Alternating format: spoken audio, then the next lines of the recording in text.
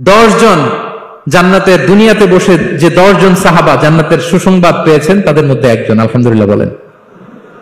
আব্দুর রহমান ইবনে আউফ রাদিয়াল্লাহু তাআলা আনহু প্রথম 8 জন মক্কায় যারা কালিমা পড়ে মুসলমান হয়েছে তাদের একজন। তার স্ট্যাটাসটাকে জেনে নেন।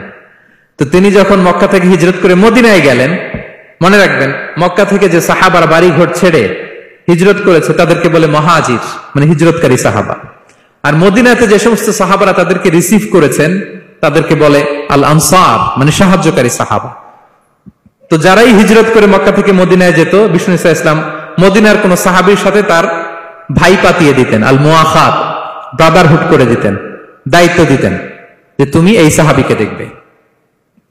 তো আব্দুর রহমান ইবনে আউফ রাদিয়াল্লাহু তাআলা আনহু যখন হিজরত করে গেলেন, তার দেখভাল করার জন্য যে সাহাবীর দায়িত্ব পড়ল তার নাম হচ্ছে সাআদ ইবনে রাবিয়া, আনসারী সাহাবী রাদিয়াল্লাহু তাআলা আনহু। বিষ্ণু বললেন, সাআদ, আব্দুর রহমান ইবনে আউফ তোমার ভাই, ভাই বানিয়ে দিলেন। কি বানিয়ে দিলেন? তুমি তাকে টেক কেয়ার করবে, সে হবে তোমার মেহমান। সুবহানাল্লাহ। সাআদ ইবনে রাবিয়া রাদিয়াল্লাহু তাআলা আনহু তিনি আব্দুর রহমান ইবনে আউফকে ডেকে নিয়ে গেলেন, ঘরে নিয়ে গেলেন মেহমানকে, এবং বললেন, ইয়া সাআদ ইন্নী আকসারুল আনসারি মালান। হে সাআদ, তুমি চিন্তা করো না, তুমি মনে করো না যে তোমার ভরণ পোষণ দিতে আমার কষ্ট হবে। আমি মদিনার সবচাইতে বড় বিজনেস ম্যাগনেট। হে আব্দুর রহমান ইবনে আউফ, আমার অর্ধেক সম্পদ তোমারে দিয়ে দিব। এখানেই শেষ না, এরপর বলতে লাগলেন, আমার অনেকগুলো স্ত্রী আছে, তুমি কোথায় যে মেয়ে খুঁজবা, প্রস্তাব দিবা, এত ঝামেলার দরকার নাই। আমার কোন স্ত্রীকে তোমার ভালো লাগে বলো, তার যদি তোমাকে ভালো লাগে তাহলে প্রয়োজনে তাকে আমি ডিভোর্স দিয়ে দিব।